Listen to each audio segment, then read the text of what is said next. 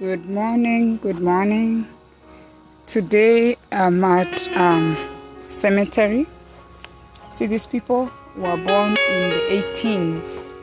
Okay, if you've never taken time to go to a cemetery, you should take time and take a walk through. This one was born 1920 and died in 32.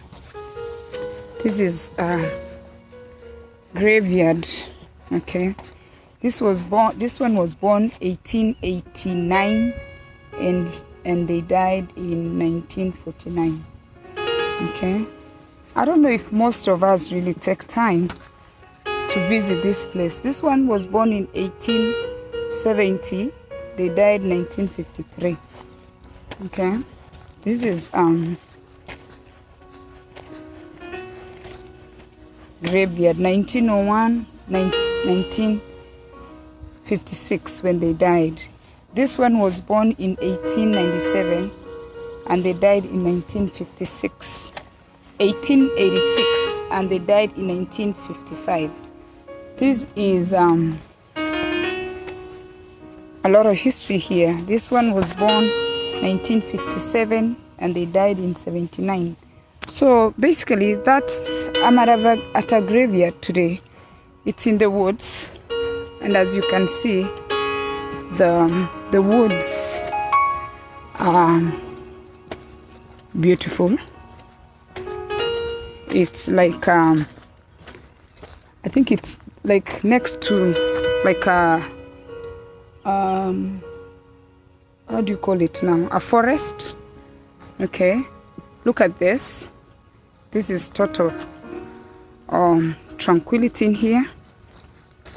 It's really, really beautiful here. And I think we are going to sit here for a minute and have a chat in the woods. So when you come in, I want you to share. Let me put this up here. Who's behind you? Who's behind me? Where? I don't see anybody behind me. I'm by myself. I came to the woods and I'm on break. And today I wanted to talk from the woods. And it shows you a path right here. Okay, you can see that. Okay.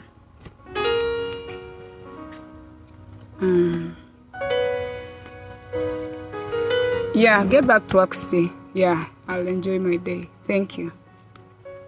Okay. And this is how things are right now. There you go. That's the scenery I wanted you guys to get. Okay. You see, there's a wide path and then it narrows through. You start with a wide space and then you go to a smaller space. So today we want to talk about how you want to be remembered. How would you want to be remembered, or how we help people and what we end up doing after we've helped people. We want to talk about confidentiality. And as I'm speaking, I'm going to also be speaking to myself. So anything I'm saying, I'm speaking to myself because this is a journey that has been a long journey for me. And in the past year or so, I learned a lot lesson that when you're helping people or when you do things for people, what do you really, what are you expecting back after you've helped these people? Or what do you say? So, to go straight to my point, I want to talk about the people in diaspora. The people in diaspora, I'll give you a little shot of me to see. I'm seated right here. I'm here. So don't think that I'm from somewhere. I'm seated right here. I'm talking from under the trees, okay? So we have gone above and beyond to break confidentiality. We do things for people, we assist people, and we turn around and talk about these people and discuss them with everybody. Let's start with the people who buy life insurance. The reason why I bring this story today, maybe I should turn the camera to myself so I can give you that story. It is the story that prompted me to come here and talk about what I want to talk about today. I lost a friend not too long ago, and she happened to die suddenly. And as we were talking with another friend who called to sell insurance to me, she told me that, this friend had a policy of 300,000 and the family doesn't have to worry too much about her. And we had done harambe for the person, and she went ahead to give me details of the late person. And after I finished talking to the person, I was very disturbed, the fact that all that information was loaded to me. And she went to tell me that the late person did not need harambe because she had a couple policies with their insurance, and she's the one that sold her the insurance. Kenyans in the USA, those ones who are selling insurance or selling anything that has to do with people's private information, it is so important that when you do something for someone, that you keep it in confidence, because you don't know who you are telling these things, how far these things are going to go. Did her family want you to discuss these things, Then let's talk about the nurses who work in the hospitals. There are so many Kenyan nurses now. There is my brother used to be before my brother died, he died in Jersey City Medical Center. When I went there, I did find a couple Kenyan nurses in that place. And these Kenyan nurses in the USA have made it a point to go to Kenyans' records, the Kenyans who fall sick and go to the hospital, and actually have access to their medical records and come back to the community and share this information. Because in diaspora, we are small communities. So if I'm sick here, I'm going to go to Princeton Medical. So if there's a Kenyan nurse in Princeton Medical, she has access to my HIV, my blood pressure, my herpes, my genital warts, or whatever, all the diseases that I have. They have access to it. Why do they feel the need to come to Harambe and tell everybody Penny has genital warts, or Penny is dealing with high blood pressure? This, our dear Kenyans. There is a lot of Kenyans who work in the courthouse. I have a court case because I have an assault, somebody sued me or whatever, I'm in court. I go to court, I find a Kenyan who's working in court. Why does she feel the need to take the information from the courthouse to bring it to the community? Because now in the US, everybody is like, we are a small community. If I decide to have an abortion and I end up in an abortion clinic that a Kenyan works, and I've decided to have an abortion, why do you feel the need? Because you saw my records at the abortion clinic, because that's your place of work. And why do you feel the need to tell people that Penny had an abortion at the clinic? I don't think that is really fair, because that is private. If you're working in human resources, a lot of you are educated, you're HR department, you work in HR, or you're a supervisor at a place of work where you're supervising Kenyans, why do you feel the need to come and discuss something that working in HR to bring it to Harambe over the weekend? I don't think there is a need for that.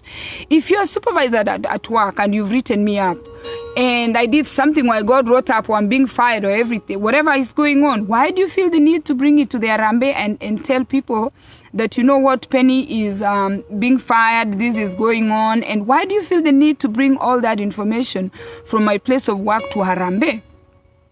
If I'm going through a marriage problem and we work together out of the job, we are working together now the way I work here, and me and you are, we're in the Kenyan community, my husband has been doing something, why do you feel the need to bring what my husband is doing to bring it to my place of work? If you're a school teacher and my child goes to your school and my child is struggling, or my child is on special need, or my child is having behavior issues, why do you feel the need to bring that information to the Kenyan community here in New Jersey? Because we all meet, we all together all the time. Why do you feel the need to bring this information? God has blessed you. You got your teaching license. Why do you feel the need to come and discuss other people's children information, which is supposed to be confidential in the school? If you're a church elder, if you're leading churches, we have now Kenyan churches, which are really deadly to me. The Kenyan churches are doing more harm than help, because everything that you go to tell your pastor, the pastor will tell the wife, and then the wife has told everybody else.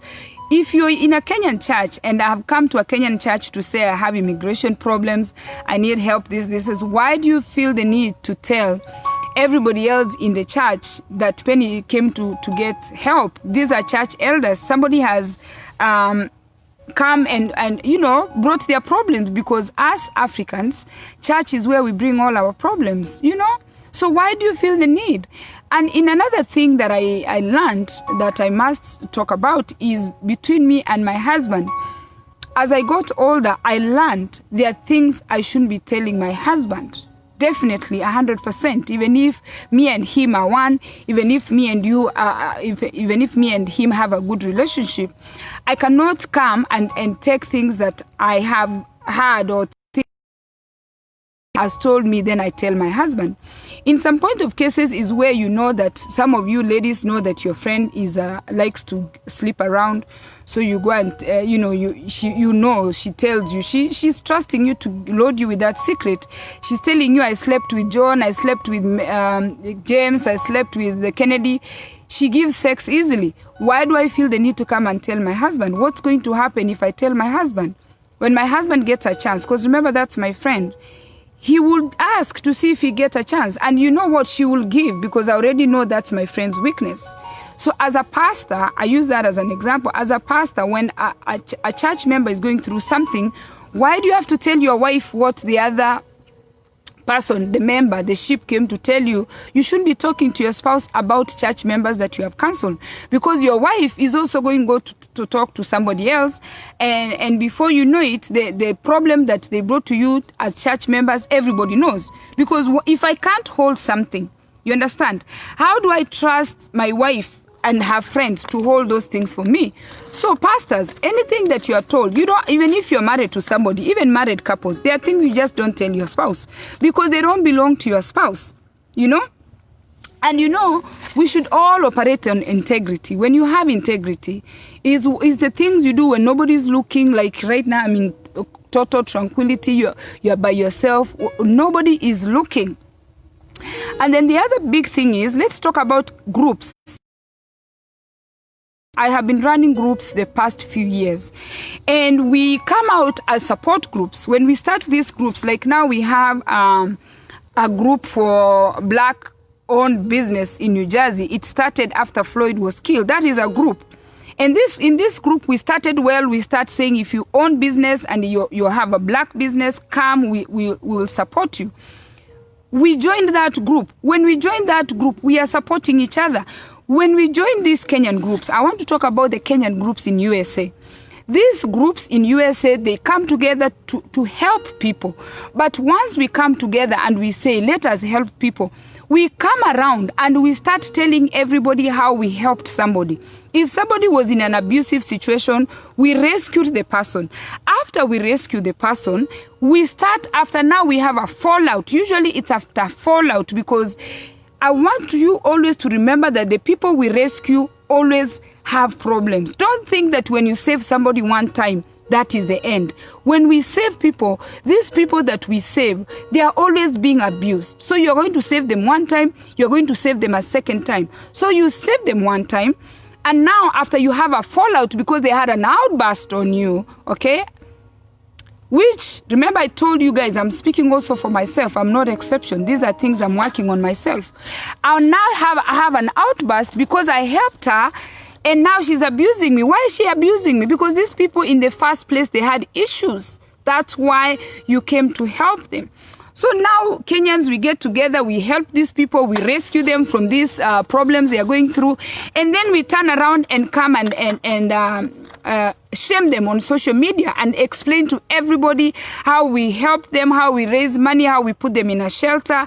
Can you imagine if the American government that helps people, in my house, by my house there's a shelter. Can you imagine if the government went around telling everybody who's on welfare, who they help? People don't like their business to be told.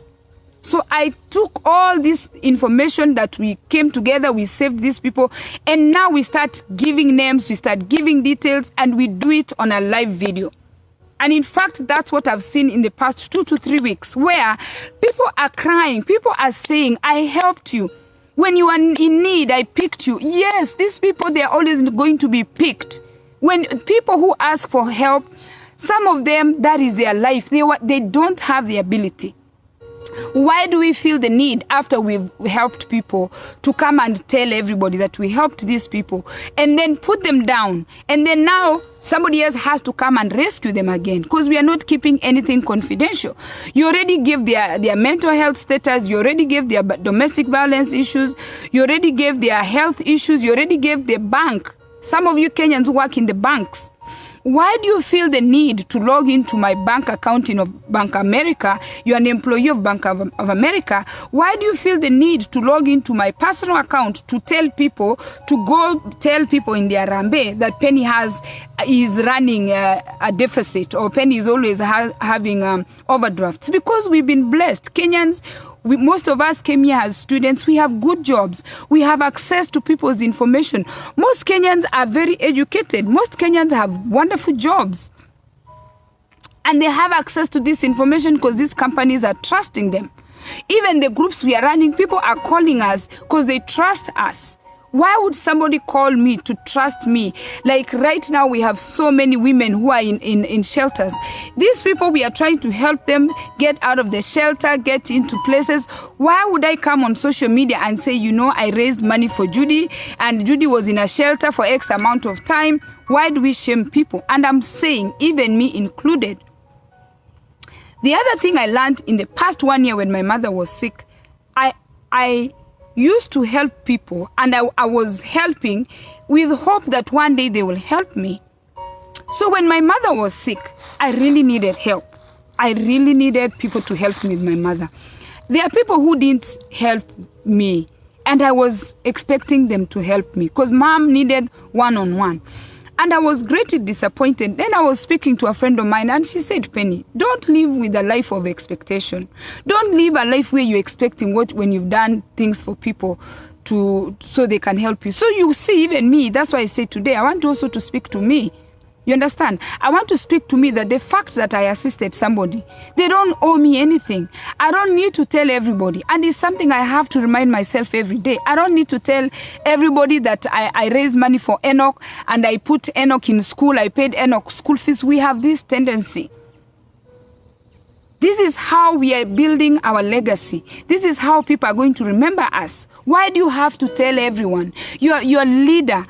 Okay, and by the way, I own saying that I'm a leader. When I say I'm a leader, I've been from primary, I was a prefect.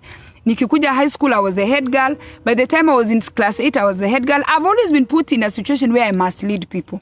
So the biggest challenge is when you're leading people, when people trust you, when people come to you to ask for help, you tend to sometimes not judge, or sometimes you're thinking you need to share with someone so you can get solutions. In the process, you can break trust.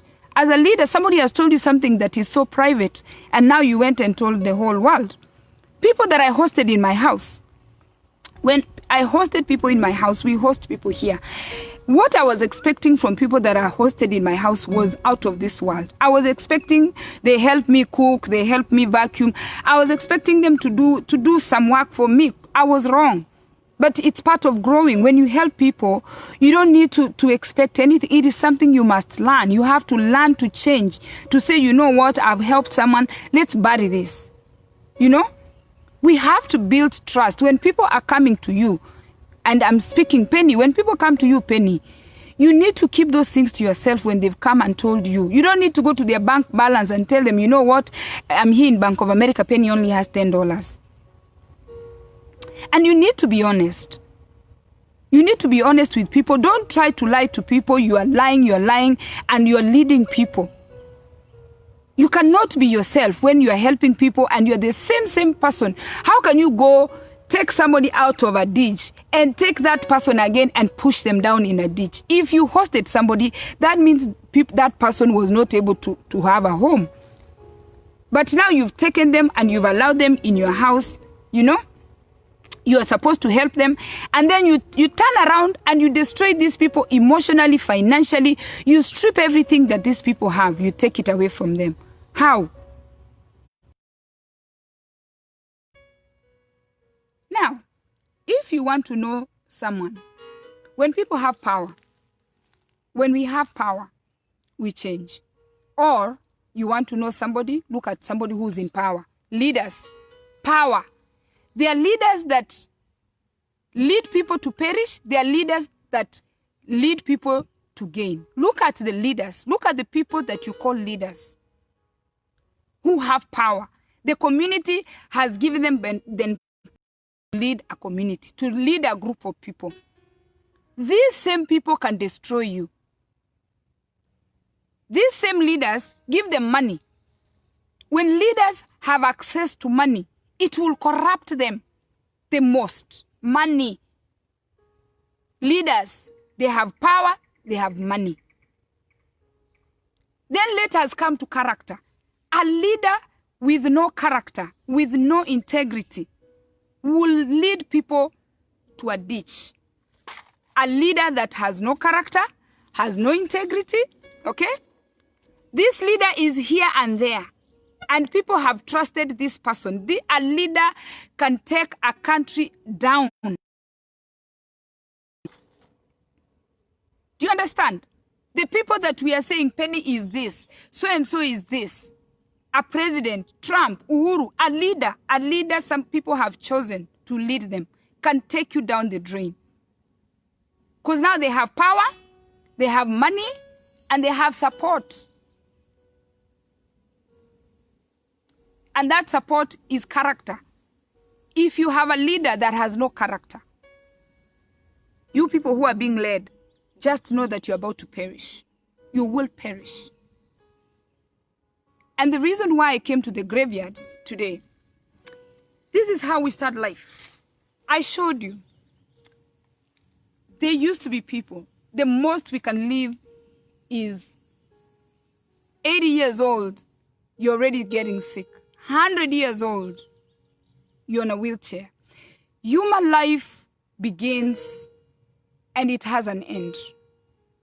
Ask yourself, in all honesty, ask yourself, how does your road look like? You start with a wide road. You start with many friends. See how much space is here. Look at that path. Look at this scenery right there. You start when everything is wide. How do you narrow down yourself? Do you see the end? The end is narrow. The end looks smaller as you end your life. When you begin your life, you have everything. The whole world celebrates you. When you are born, the whole world, you have so many people. But in the end, look at the end of that scenery. The bottom line to that one is a graveyard. When you die and you're buried, what legacy? How are people going to remember you? Are we just going to have a stone, just a stone? How do you want people to remember you? Ask yourself. How are people going to talk about Evelyn Kwamboka? Who's Evelyn? Who's Martha? Who's Edith? How are you going to be remembered? These leaders that we are calling our community leaders, the leaders that have taken thousands of people to lead, how are these leaders, what is going down in history while they were under their watch? When they were leaders, what happened? When you are a leader in Jersey City, when you are a leader in South Jersey, when you are a leader in Atlanta, when you are a leader in Texas, when people identify you as a leader, how are you going to be remembered? When people identify you as a banker, are you going to be remembered the person that shared everybody's information? When people remembers you as a nurse, are you going to be remembered as a nurse that told everybody their information? Remember, when you take people's confidential information and share it, when you share it with the first person, that person you shared with, their heart sinks. They never tell you. They never tell you how disappointed they are. Because a lot of people, anybody who's raising children, when something goes on in the house, your children will tell you, Mommy, I don't want people to know. If children don't want people to know, how do you think adults feel when somebody is hoovering in their medical records, somebody is hoovering in their bank account, somebody is hoovering in their marriages, and then they are telling everybody? How do you think these people feel? How are you going to be remembered? If you're not a leader, you're a follower, how do you want your friends to remember you? When you get to the end there, where you're going to have finished your race, and then you end up at a gravesite like this one here, how are you going to be remembered? That is something you need to ask yourself. If you don't ask yourself that question, you're going to look back and ask yourself, where did my time go? Because once you break people's trust, once you break people's confidence, what's going to happen is people will not spend time with you. Your life is just going to end here. We begin life, and your life is just going to end in a graveyard like this. Okay? One day, your journey is going to be over. It will be finished. We are going to say it's over. So and so has rested. How are you going to be remembered? This person was born 26 to 46. This one was born 1877. Okay? How trustworthy are you? Can people trust you? Can people tell you something? How do you want to be remembered? When people do something to you, you do a favor to people. Do you have to tell the whole world? Ask yourself. Do you have to tell everybody? I don't think so. Have a blessed day and think about these things.